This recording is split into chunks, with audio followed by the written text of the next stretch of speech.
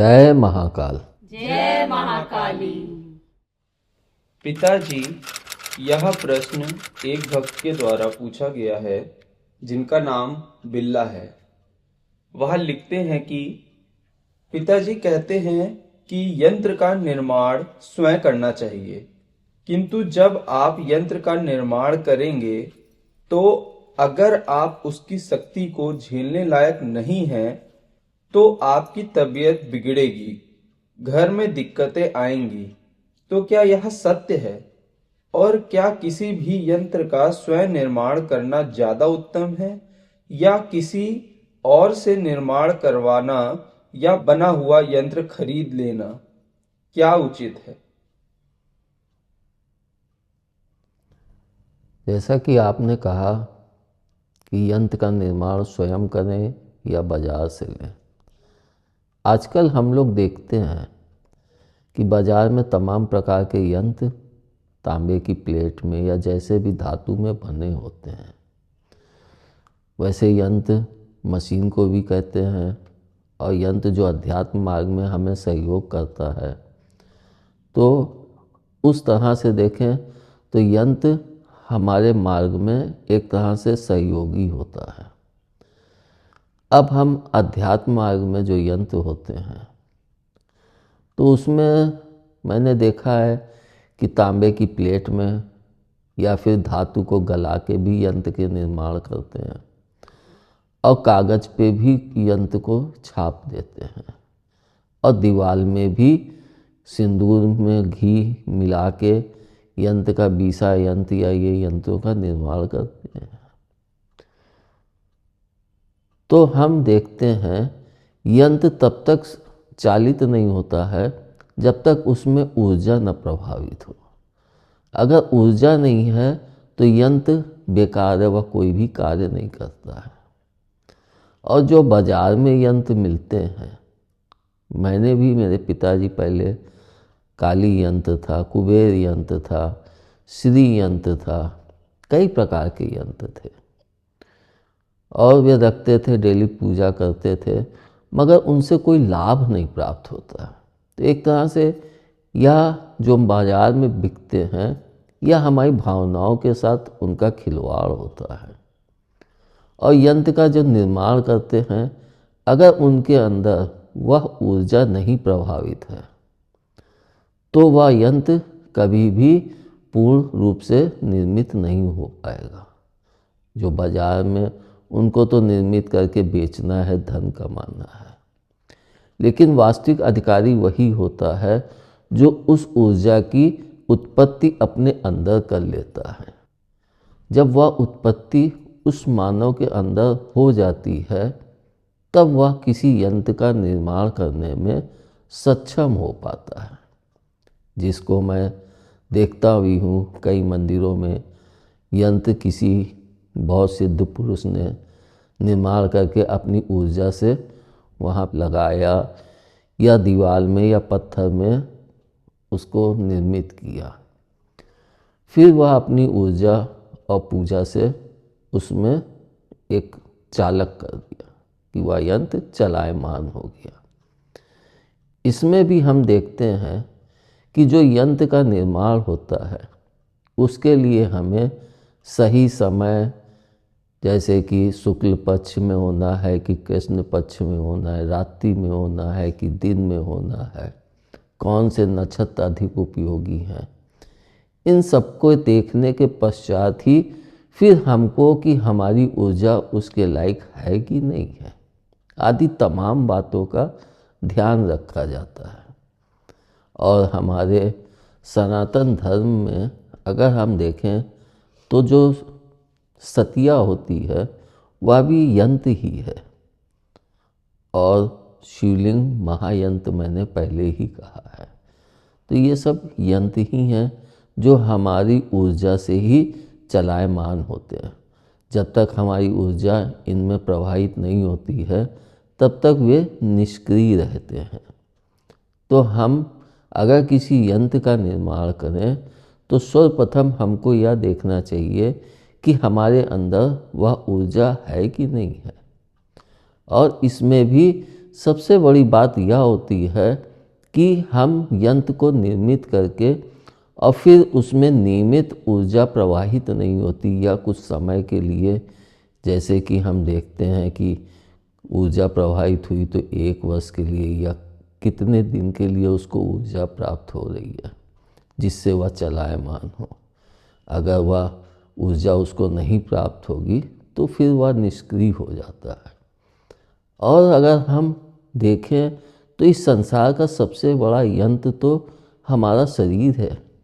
इसके अंदर भी तो यंत्र ही है जिससे यह शरीर काम करता है। अब वह चाहे मानव शरीर हो, चाहे जरायु का हो, पशु का हो, पक्षी का हो या दानव का हो, सभी यंत्र के ही द्वारा शरीर चालित होते हैं। तो बिना यंत्र के कुछ भी संभव नहीं है जो चलायमान हो सके। एक तरह से देखें तो यंत्र बिना शक्ति के चलायमान होता ही नहीं है। और जब हम किसी यंत्र का निर्माण करते हैं तो सबसे पहले हमें उस यंत्र की खूबियों के विषय में भी संपूर्ण जानकारी होनी चाहिए, जिसको मैंने कहा है कि ज्ञान, विज्ञान और संज्ञान। पहली चीज़ तो हमें उस यंत्र के बारे में संपूर्ण जानकारी हो, फिर उसका विज्ञान क्या है, वह कैसे कार्य करेगा, किस कार्य को वह संभव करेगा और किन चीज़ों को वह नष्ट करेगा, गलत ऊर्जा को नष्ट करेगा आदि। इन चीज़ों का, अगर इन सब चीज़ों का हमें संज्ञान नहीं होगा तो हम यंत्र का सही निर्माण कभी भी नहीं कर सकते हैं। और इन सब यंत्रों से अच्छा तो मैं यह समझता हूँ कि हम अपने इस अंतःकरण में जो यंत्र हमारे इस शरीर में निर्मित है उसमें वह ऊर्जा प्रवाहित करें, जिसको हम लोग देखते हैं कि भगवत भजन या जप या फिर ध्यान, तप, इनसे वह ऊर्जा हम अपने इस शरीर में जागृत करते हैं, जिसके पश्चात हमारा यह मानव रूपी यंत्र और अधिक सुगमतापूर्वक कार्य करना आरंभ कर देता है। तभी हम देखते हैं कि जो बड़े बड़े महापुरुष होते हैं, जब उनका वह मानवीय शरीर का यंत्र जो होता है वह अधिक सक्षम ढंग से कार्य करने लगता है तो वे नाम भी कमाते हैं और उनका चारों दिशाओं में यश भी फैलता है। इसलिए हम यंत्र का निर्माण तभी करें जब हम उस यंत्र को संपूर्ण तरीके से जानते हों। मैंने भी साधना काल में 2 या 3 प्रकार के यंत्रों का निर्माण किया। उस समय मुझे इसका कोई ज्ञान भी नहीं था। एक यंत्र का निर्माण तो मैंने साधना के आरंभ होने से भी पहले किया था और वह बड़ा खूबसूरत था कि ओम पे मैंने त्रिशूल का निर्माण करके उसको दुकान पे लगाया। 1-2 लोग निकले तो उन्होंने कहा कि बड़ा सुंदर यंत्र बनाया है, जिसके पश्चात मुझे कुछ कि इस पे नज़र लग जाएगी, वो तो मैंने उसको फिर वहाँ से हटा लिया। तो वे यंत्र फिर कारगर नहीं हुए और हर यंत्र की एक समय सीमा होती है। बिना समय सीमा के कोई भी यंत्र चिरकाल तक कार्य नहीं करते हैं। इसको हम देखें तो हमारा यह मानवीय शरीर भी एक सीमित अवधि के लिए ही होता है। 40 वर्ष, 50 वर्ष, 100 वर्ष, जितनी अवधि तक चले। तो हर यंत्र की एक समय अवधि होती है। और जैसा कि आपने कहा कि यंत्र का निर्माण करने से शरीर तबीयत भी खराब होती है और नकारात्मक शक्तियाँ भी हावी होती हैं, तो इसको मैंने जैसे कि कहा कि अगर हमारे अंदर वह ऊर्जा चलायमान नहीं है और हमने उस यंत्र का निर्माण किया तो उसको ऊर्जा चाहिए, तो वह हमारी ऊर्जा को तीव्र गति से खींचने लगेगा। इसको हम ऐसे समझें कि यंत्र को चाहिए 200 वाट की ऊर्जा और हमारे पास ऊर्जा तैयार है 100 वाट की, तो वह अधिक ऊर्जा जब मेरे से खींचने लगेगा तो फिर हमारी तबीयत भी क्षीण होती जाएगी और शायद हमें मृत्यु शैया तक भी पहुंचा दे। इसलिए यंत्र का निर्माण बहुत सोच के करना चाहिए। और जब हमारी वह ऊर्जा वक्त लेता है, तभी कहा कि बिना ऊर्जा के यंत्र संचालित नहीं होता है। और यंत्र कभी भी बना बनाया नहीं खरीदना चाहिए। अगर कोई बहुत सिद्ध पुरुष है तो वह भी किसी 1 या 2 पर्सन को ही यंत्र निर्मित करके दे सकता है और उसकी भी एक समय अवधि होती है। लेकिन जो बाज़ार में यंत्र बिकते हैं वो किसी भी तरीके से हमारे लिए कोई भी लाभदायक नहीं है, यानी वे अपने उद्देश्य को कभी भी पूर्ति नहीं करेंगे। इसलिए जितने भी यंत्र बाजार में बिक रहे हैं वे हम लोगों के लिए बेकार हैं। और जब हम यंत्र का निर्माण करते हैं तो अगर हमारी ऊर्जा नहीं है और या यंत्र में कोई भी जरा सी गलती हो गई तो वह अर्थ का अनर्थ कर देते हैं, यानी फिर वहाँ पे आपको तमाम प्रकार की बाधाएं उत्पन्न कर दें। यानी आप ये कहिए कि अगर हमें सही संज्ञान नहीं है तो वह हमारे लिए अहितकारी है। इसीलिए यंत्र का निर्माण स्वयं करना चाहिए और जब उसके विषय में संपूर्ण जानकारी हो और उसमें कोई गलती ना हो सके तभी हम उस यंत्र का निर्माण करें।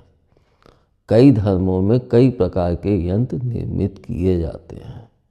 मैंने जैसे कि कहा कि अपने सनातन धर्म में तो सतिया और शिवलिंग ये 2 महायंत्र हैं। सतिया जो होती है वो हमारे घर की निगेटिविटी को समाप्त करती है, यानी कि अगर सतिया का सही निर्माण किया गया है तो वह जो भी खराब प्रकार की ऊर्जा है उसको खींच के और चारों तरफ बिखरा देती है और अच्छी ऊर्जा को घर के अंदर प्रभावित करती है या उस स्थान पर प्रभावित करती है। इसलिए बहुत से लोग अपने घर के दरवाजे या मुख्य प्रवेश द्वार पे सतिया का निर्माण करते हैं और उसके आगे उसको ऊर्जा प्रभावित करने के लिए दीपक भी जलाना चाहिए। तभी अपने धर्म में चाहे जो भी हो, शिवलिंग हो या सतिया हो, तो वहाँ पे ऊर्जा को प्रभावित करने के लिए दीपक प्रज्वलित किया जाता है। लेकिन ऊर्जा सिर्फ दीपक से ही नहीं प्राप्त होती, उसको ऊर्जा उसे जो भी व्यक्ति वहाँ बैठ के जप करता है तो उसकी ऊर्जा उसमें प्रभावित होती है, तो वह यंत्र उस ऊर्जा के द्वारा चलायमान होता है और उस व्यक्ति को वह लाभ पहुँचाने लगता है। इसको हम देख सकते हैं कि मंदिर में लोग जाते हैं शिवलिंग के पास, कितने प्रकार के भक्त आते हैं, बच्चे आते हैं, स्त्री आती, पुरुष हैं, बूढ़े हैं, सभी आते हैं और वहाँ पे बैठ के वे जप करते हैं, ध्यान करते हैं। तो उनकी ऊर्जा जब उसमें प्रवाहित होती है तो वह उस ऊर्जा से वह शिवलिंग मतलब यंत्र कार्य करने लगता है, जो महायंत्र है। और जब वह कार्य करता है तो जो व्यक्ति जितने भाव से वहाँ पे बैठ के जप कर रहा है वह शिवलिंग उसको उतना ही लाभ पहुँचाने लगती है। इसलिए मैंने कहा ही है कि शिवलिंग से बड़ा इस संसार में कोई भी चीज़ नहीं है। बिना शिवलिंग के मानव शरीर या कोई भी शरीर कभी भी निर्मित नहीं हो सकता है और बिना शिवलिंग को पूजे कोई भी व्यक्ति उस परम पिता तक पूर्णता के साथ नहीं पहुंच सकता है। इसीलिए शिव मैं कहता ही हूँ कि शिवलिंग हमारे अंदर भी विद्यमान है और शिवलिंग बाहर भी विद्यमान है। इस संसार का महायंत्र ही शिवलिंग है। बाकी हर व्यक्ति अपनी ज़रूरत के हिसाब से यंत्र का निर्माण करता है, लेकिन जानकारी हो तब। जैसे कि बहुत से लोगों को धन चाहिए होता है तो सबसे ज़्यादा प्रसिद्ध है श्री यंत्र, जिसको देखो श्री यंत्र। मुझे भी एक जगह से श्रीयंत्र कागज़ में छपा हुआ दिया गया कि इसको ले जाओ, मढ़वा लेना, रोज़ इसकी पूजा करना, तुम्हारे घर में कभी धन की कमी नहीं होगी। मैं भी लाया, उसको मढ़वाया और रोज़ बड़े भाव से पूजा करने लगा। लेकिन क्या छपा हुआ यंत्र कारगर हो सकता था? इसका सबसे बड़ा कारण है कि वह उस समय या उस विधि के अनुसार उसका निर्माण ही नहीं हुआ। इसी कारण से मैं फिर से कहता हूँ कि बाजार से खरीदे गए कोई भी यंत्र कोई भी कार्य नहीं कर सकते हैं। वे सिर्फ हम मानवों को बेवकूफ़ बनाने के लिए ही होते हैं। इसलिए यंत्र के विषय में ज़्यादा सोचने से अच्छा है कि शिवलिंग रूपी जो महायंत्र है उसके पास बैठ के हम जप और ध्यान करें, और अपने इस शरीर का जो यंत्र है उसमें हम कितनी अच्छी सात्विक ऊर्जा का प्रवाह कर सके तो हम उस परमपिता तक बहुत ही अच्छे से पहुंच सकते हैं और हम उनकी उस प्रकाश में प्रकाशमान हो सकते हैं।